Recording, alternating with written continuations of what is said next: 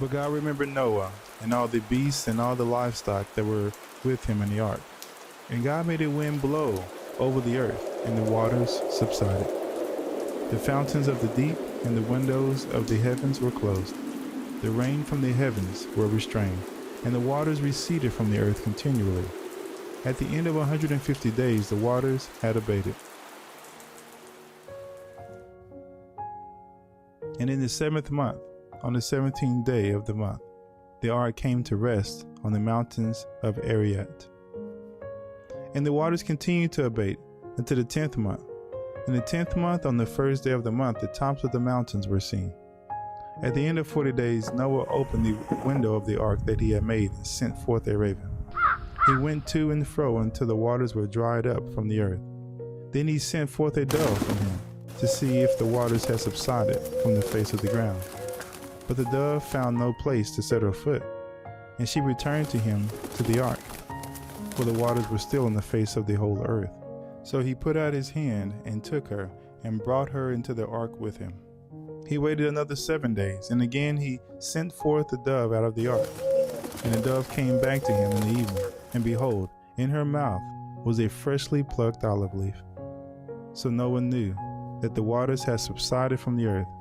Then he waited another 7 days and sent forth the dove, and she did not return to him any more. In the 601st year, in the 1st month, the 1st day of the month, the waters were dried from off the earth. And Noah removed the covering of the ark and looked, and behold, the face of the ground was dry.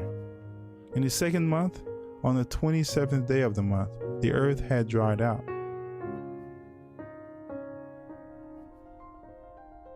Then God said to Noah, "Go out from the ark, you and your family, and your sons and your sons' wives with you.